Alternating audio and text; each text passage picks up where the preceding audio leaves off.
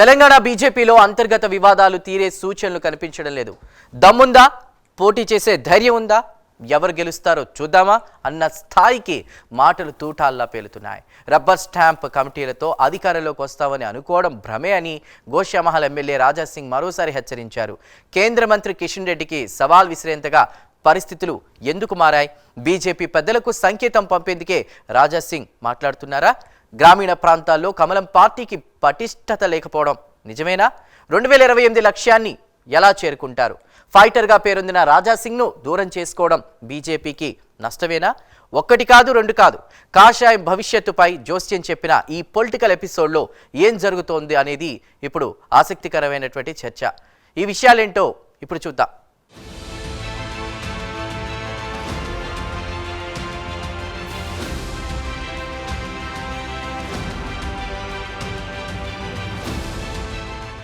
అధికారంలో ఉన్నంత మాత్రాన ఏం చేసినా చెల్లుబాటు అవుతుందని భావిస్తే అది రాజకీయాల్లో కుదరదు. పార్టీకి భవిష్యత్తు ఉండాలంటే క్యాడర్ పటిష్టంగా ఉండాలి. ఇది నాయకులకు తెలిసినా కొన్ని నిర్ణయాలు అడపాదడపా తీసుకుంటూ తప్పిదాలుగా మారుతున్నాయి. అంతర్గత సమస్యలు లేని పార్టీలు ఎక్కడా లేవు. కానీ సస్పెండ్ లేదా రాజీనామా అనే ఒక్క నిర్ణయమే పరిష్కారం అనుకోవడం పొరపాటు అవుతుంది. ఇదే తెలంగాణ బీజేపీలో జరిగిందా అన్న సందేహాలు మరోసారి తెరపైకొచ్చాయి. గోషామహల్ ఎమ్మెల్యే రాజాసింగ్ పార్టీకి రాజీనామా చేసి విసిరిన సవాల్ ఈ చర్చకు నాంది పలికింది.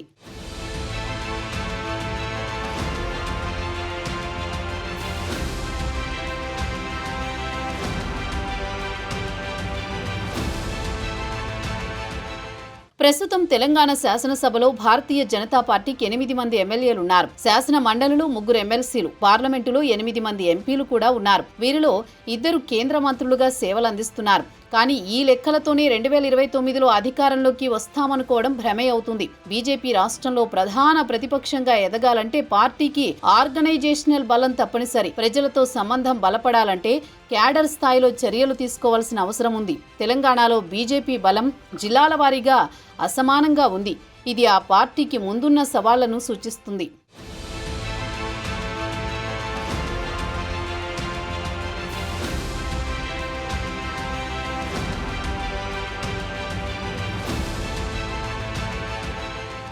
తెలంగాణలో కమలం పార్టీకి పూర్తి స్థాయిలో పట్టు ఇంకా ఏర్పడలేదు. అయితే ఉత్తర తెలంగాణలో మాత్రం పార్టీ ప్రభావం గణనీయంగా పెరుగుతోంది. ఉమ్మడి ఆదిలాబాద్, నిజామాబాద్, కరీంనగర్ జిల్లాల్లో బీజేపీకి 3 లోక్సభ ఎంపీలు, 7 ఎమ్మెల్యేలు, 2 ఎమ్మెల్సీలు ఉన్నారు.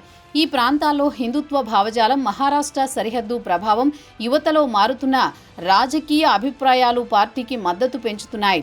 హైదరాబాద్ నగరంలో గోషామహల్ నియోజకవర్గం నుంచి రాజాసింగ్ గెలిచినప్పటికీ మిగతా నగర ప్రాంతాల్లో బీజేపీకి పరిమిత స్థాయిలోనే బలం ఉంది. ఇది పార్టీకి నగర రాజకీయాల్లో ఉన్న అవకాశాలను గుర్తు చేస్తుంది.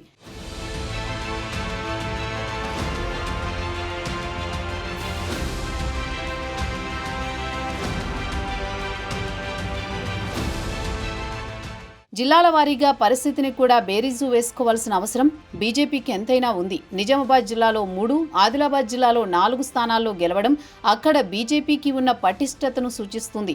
కానీ ఖమ్మం, నల్గొండ, మహబూబ్ నగర్ వంటి దక్షిణ తెలంగాణ జిల్లాల్లో కమలానికి బలహీన స్థితి కనిపిస్తోంది. అక్కడ కాంగ్రెస్, బీఆర్ఎస్ పార్టీలు ఆధిపత్యం కొనసాగిస్తున్నాయి. మెదక్, రంగారెడ్డి జిల్లాల్లో కూడా బీజేపీకి పరిమిత విజయం మాత్రమే లభించింది. మొత్తంగా చూస్తే ఉత్తర తెలంగాణలో బలమైన పట్టు ఉన్నప్పటికీ దక్షిణం, కేంద్ర తెలంగాణలో సంస్థాగత స్థాయిలో బలపడాల్సిన అవసరం ఉంది. 2028 లక్ష్యాన్ని చేరుకోవాలంటే గ్రామీణ ప్రాంతాల్లో క్యాడర్ నిర్మాణం, స్థానిక నేతల ప్రోత్సాహం, ప్రజలతో నేరుగా సంబంధం పెంపు కీలకంగా మారుతుంది.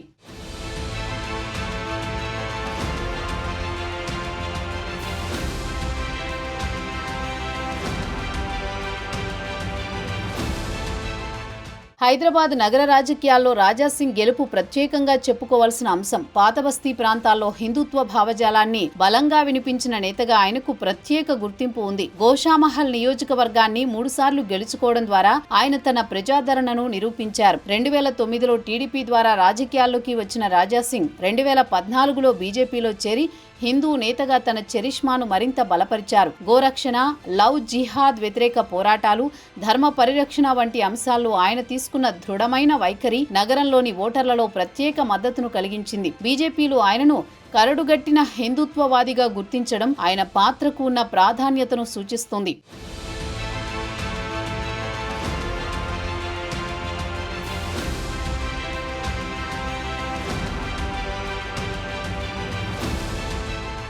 ఇటీవల పార్టీకి రాజీనామా చేయడం ద్వారా రాజాసింగ్ తన వ్యక్తిగత అసంతృప్తిని బహిర్గతం చేశారు. కేంద్ర నాయకత్వం తన భావోద్వేగాలను పట్టించుకోలేదన్న విమర్శలు, కార్యకర్తల మనోభావాలను ఢిల్లీ వరకు తీసుకువెళ్లలేకపోయిన బాధ ఇవన్నీ ఆయన నిర్ణయానికి దారితీశాయి. ఈ రాజీనామా బీజేపీకి నగర స్థాయిలో రాజకీయంగా మాత్రమే కాదు, ఆర్గనైజేషనల్ స్థాయిలో కూడా ప్రభావం చూపే పరిణామంగా మారుతోంది. గోషామహల్ వంటి కీలక నియోజకవర్గంలో ప్రత్యామ్నాయ నేత కోసం పార్టీ ప్రయత్నాలు చేస్తున్నప్పటికీ అది అంత తేలికైన పని కాదు. ఎందుకంటే కాంగ్రెస్ బీఆర్ఎస్ పోటీ మధ్య గెలిచిన నేత రాజాసింగ్, అదీ కాకుండా పొమ్మనకుండా పొగబెట్టిన నేతల రాజకీయ చరిత్రను చూసిన తర్వాత మరొక బలమైన వ్యక్తి ఆ స్థానం భర్తీ చేయగలరా అన్నది సందేహంగా మారుతోంది.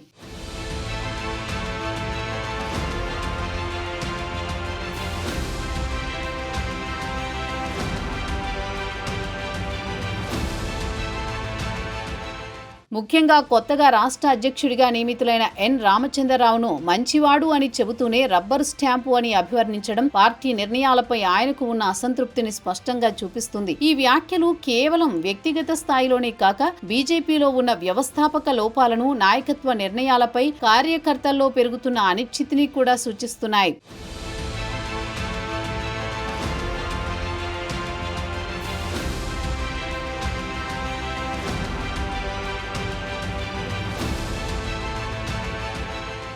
రాజాసింగ్ తర్వాత చేవెళ్ల ఎంపీ కొండా విశ్వేశ్వరరెడ్డి కూడా తన అసంతృప్తిని వినూత్నంగా వ్యక్తం చేశారు. పార్టీ కార్యాలయానికి ఫుట్బాల్ తీసుకువెళ్లి సంస్థాగత ప్రధాన కార్యదర్శికి గిఫ్ట్ ఇచ్చారు. నాయకులను ఫుట్బాల్లా ఆడుకుంటున్నారు అనే భావనకిది ప్రతీకగా మారింది.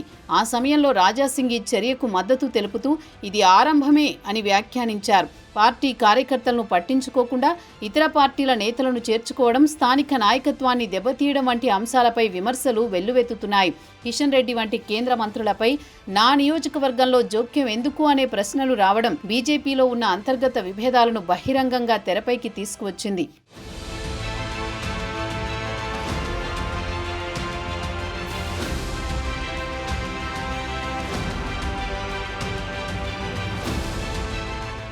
ఈ పరిణామాలు తెలంగాణ బీజేపీలోని అంతర్గత సమస్యలను మరింత తీవ్రతరం చేశాయి. ఇదే క్రమంలో రాజాసింగ్ తన ఎమ్మెల్యే పదవికి కూడా రాజీనామా చేయాలన్న వ్యాఖ్యలు తెరపైకి వచ్చాయి. దీంతో ఆయన పార్టీ కీలక నేతలపై బహిరంగంగా మండిపడ్డారు. కేంద్ర మంత్రి కిషన్ రెడ్డిపై గోషామహల్ ఎమ్మెల్యే రాజాసింగ్ తీవ్ర విమర్శలు గుప్పిస్తూ దమ్ముంటే రాజీనామా చేసి ఇండిపెండెంట్ గా పోటీ చేయాలంటూ సవాల్ విసిరారు. కిషన్ రెడ్డి రాజీనామా చేస్తే నేను చేస్తా, ఆయన సికింద్రాబాద్ నుంచి పోటీ చేయాలి, నేను గోషామహల్ నుంచి పోటీ చేస్తా, అప్పుడు ఎవరు గెలుస్తారో చూద్దామంటూ బస్తీ రాజకీయాలకు తనదైన శైలిలో స్పందించారు. ఈ వ్యాఖ్యలు కేవలం వ్యక్తిగత ధైర్యాన్ని మాత్రమే కాదు, పార్టీ అంతర్గత విభేదాలను బహిరంగంగా తెరపైకి తీసుకురావడంలో రాజాసింగ్ పాత్రను స్పష్టంగా చూపిస్తున్నాయి. మళ్ళీ ఇప్పుడు ఏం కాంప్రమైజ్ జరిగిందేమో, ఒక మంచి మీకు పోస్ట్ వచ్చింది, ఆ పోస్ట్ని మీరు కాపాడుకోండి. అనవసరము వీళ్ళు మాటల్లో వచ్చి మా వరకు, ఎందుకంటే 3వ ఎమ్మెల్యే గెలిచినాం మా బీజేపీ కార్యకర్తలు వల్లనే గర్వంగా చెప్తాం. 3వ ఎమ్మెల్యే గెలిచినాము మా గోషామహల్ ప్రజల ఆశీర్వాదం వల్లనే గర్వంగా చెప్తాం. సిగ్గులేదు. వచ్చే ఎన్నికల్లో కూడా అదే బీజేపీ కార్యకర్తలే నాకు ఇక్కడి నుంచి, నేను అనుకుంటే, ఎందుకంటే 3వ గెలిచినా కదా, 4వ నిలబడాలా వద్దా ఆలోచన చేస్తా. ఒకవేళ నిలబడితే ఇదే మా బీజేపీ కార్యకర్తలు బూత్ లెవెల్ నుంచి నాకే ఓటేస్తారు, నాకు గెలిపిస్తారు. అదే మా ప్రజలు కూడా నాకు ఆశీర్వాదం ఇచ్చి నాకు గెలిపిస్తారు. కావాలంటే మీరు ఏ షరతు పెట్టుకోవాలంటే మీరు పెట్టుకోవచ్చు. నేను ఒక ఫైటర్, రోడ్ పైన కూడా నేను కొట్లాడతా, మీడియాలో వచ్చి కూడా నేను కొట్లాడతా. ఏ వేదిక చెప్పండి, ఆ వేదికలో వచ్చి నేను కొట్లాడతా. నేను ఎప్పుడైనా నా పార్టీ బాగుపడాలి, నా కార్యకర్తలు బాగుపడాలి, ఇవాళ లేకపోతే రేపు తెలంగాణలో బీజేపీ గవర్నమెంట్ రావాలి ఆలోచన పెట్టేలో నేను కూడా ఒక వ్యక్తి. ఇవాళ బాధ ఉన్నది, మంచి మూమెంట్ ఉండే.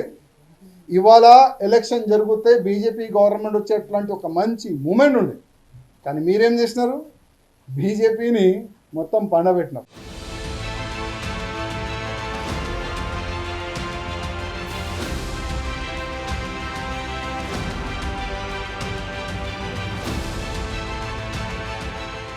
రాజాసింగ్ నిజంగానే రాజకీయ ఫైటర్. ఇదే విషయాన్ని ఆయన స్పష్టంగా వ్యక్తపరుస్తూ బీజేపీ కార్యకర్తల గొంతుకగానే మాట్లాడుతున్నాను అని చెప్పారు. కొత్తగా ప్రకటించిన రాష్ట్ర కమిటీపై ఎమ్మెల్యేలు, ఎంపీల్లో అసంతృప్తి ఉందని, ఆ కమిటీతో బీజేపీ అధికారంలోకి రావడం అసాధ్యమని ఆయన వ్యాఖ్యానించారు. ఒకవేళ తన మాటలు తప్పు అని రుజువైతే తాను రాజకీయ సన్యాసం తీసుకుంటానని ఛాలెంజ్ విసిరారు. ఈ వ్యాఖ్యలు ఇప్పుడు కమలం పార్టీలో మంటలు రేపుతున్నాయి. నాయకత్వం, వ్యూహం, కార్యకర్తల మనోభావాల మధ్య ఉన్న అంతరాలను ఈ పరిణామం మరింతగా హైలైట్ చేస్తోంది.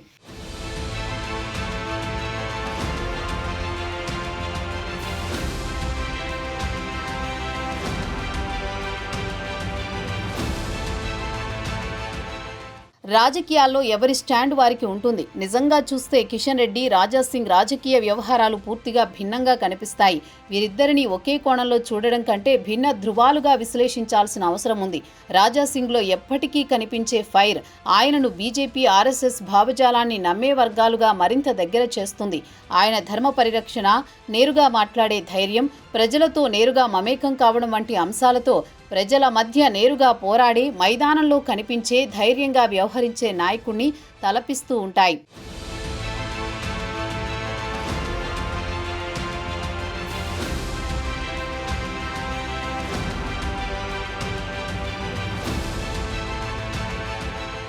మరోవైపు కిషన్ రెడ్డి పొలైట్ మ్యాన్. నేరుగా మాట్లాడేటప్పుడు కూడా ఆచితూచి వ్యవహరించే శైలి ఆయనకు ప్రత్యేకతను ఇస్తుంది.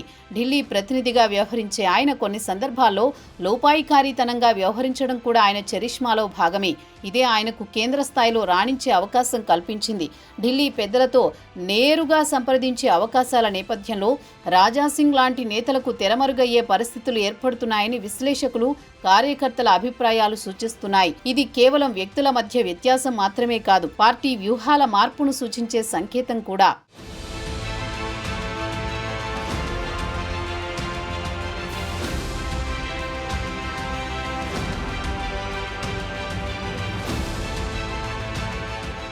ఇక గోషామహల్ ఎమ్మెల్యే రాజాసింగ్ ఆవేదన వెనుక కూడా ఓ కారణం ఉంది. బీజేపీ కొత్త కమిటీలో సికింద్రాబాద్ పార్లమెంటు పరిధిలోని 10 నుంచి 12 మందికి అవకాశం కల్పించారని ఆయన తీవ్రంగా ఫైర్ అయ్యారు. సికింద్రాబాదే కావాలా, రూరల్ అవసరం లేదా, మీరు ఏదనుకుంటే అదే చేస్తారా అంటూ ఆగ్రహం వ్యక్తం చేశారు. రూరల్ ప్రాంతాలకు ప్రాధాన్యం లేకుండా కమిటీని రూపొందించడం వల్ల అందివచ్చిన అవకాశాలను పార్టీ పోగొట్టుకుంటోందన్నది ఆయన ప్రధాన ఆవేదన. నిజంగా చూస్తే బీజేపీ రాష్ట్ర స్థాయిలో ఇంకా బలపడాల్సిన అవసరం ఉంది. కానీ తెలంగాణ బీజేపీ కీలక నేతలు ఆ దిశగా దృష్టి పెట్టలేదన్నది రాజాసింగ్ వ్యాఖ్యల సారాంశం. రాష్ట్రంలో అధికారంలోకి వచ్చే అవకాశాలున్నా పార్టీని పడుకోబెట్టారని ఆయన బాధ వ్యక్తం చేశారు.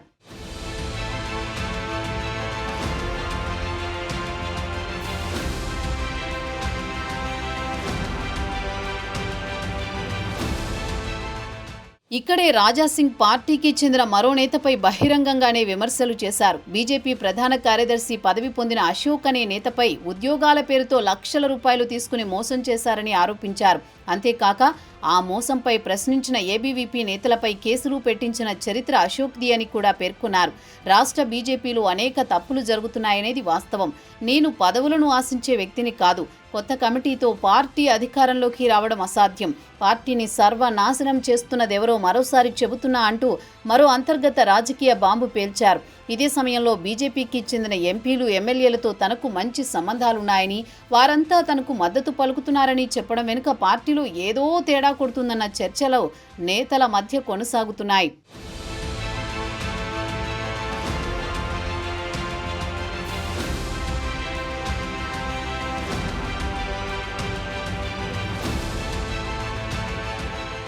తెలంగాణ బీజేపీలో అంతర్గత అసంతృప్తులు, విమర్శలు తీవ్రంగా వెల్లువెత్తుతున్నా కేంద్ర నాయకత్వం స్పందించకపోవడం కార్యకర్తల్లో నిరాశను కలిగిస్తోంది. రాజాసింగ్ వంటి హార్డ్ కోర్ నేతలు బహిరంగంగా పార్టీపై విమర్శలు చేస్తూ రాష్ట్ర కమిటీపై నమ్మకం లేకుండా మాట్లాడుతున్నా ఢిల్లీ మౌనంగా ఉండడం రాజకీయంగా ప్రశ్నించదగ్గ అంశంగా మారింది. నేను కేవలం బీజేపీ పెద్దలకే చెబుతాను అన్న రాజాసింగ్ వ్యాఖ్య వెనుక ఉన్న మతలబు, రాష్ట్ర స్థాయిలో తన మాటలకు స్పందన లేకపోవడం వల్ల నేరుగా ఢిల్లీ స్థాయిలో తన అభిప్రాయాన్ని విలిపించాలన్న ఆవేశంగా చూడవచ్చు. అంతేకాదు తన వెనుక ఎవరూ లేరు, తాను ఒక్కడినే అన్న వ్యాఖ్యలు ఆయనలో ఉన్న ఒంటరి పోరాటాన్ని ప్రతిబింబిస్తాయి. యూపీ సీఎం యోగి ఆదిత్యనాథ్తో పాటు పలువురు తనకు ఫోన్ చేసి ఎందుకు రాజీనామా చేశావని అడిగారని, మూడోసారి ఎమ్మెల్యేగా గెలిచినా తనకి గుర్తింపు రాలేదన్న బాధతోనే రాజీనామా చేశానని ఆయన వివరించారు. మోదీ 75 ఏళ్ల పరిమితి అంశం తెరపైకి వచ్చిన ప్రతిసారి ఆయన స్థానాన్ని భర్తీ చేయగలిగేది యోగి ఆదిత్యనాథ్ మాత్రమే అన్న వ్యాఖ్యలు తిరిగి చర్చకు వస్తుండడం కేంద్ర స్థాయిలో కూడా రాజకీయ సమీకరణాలను సూచిస్తున్నాయి.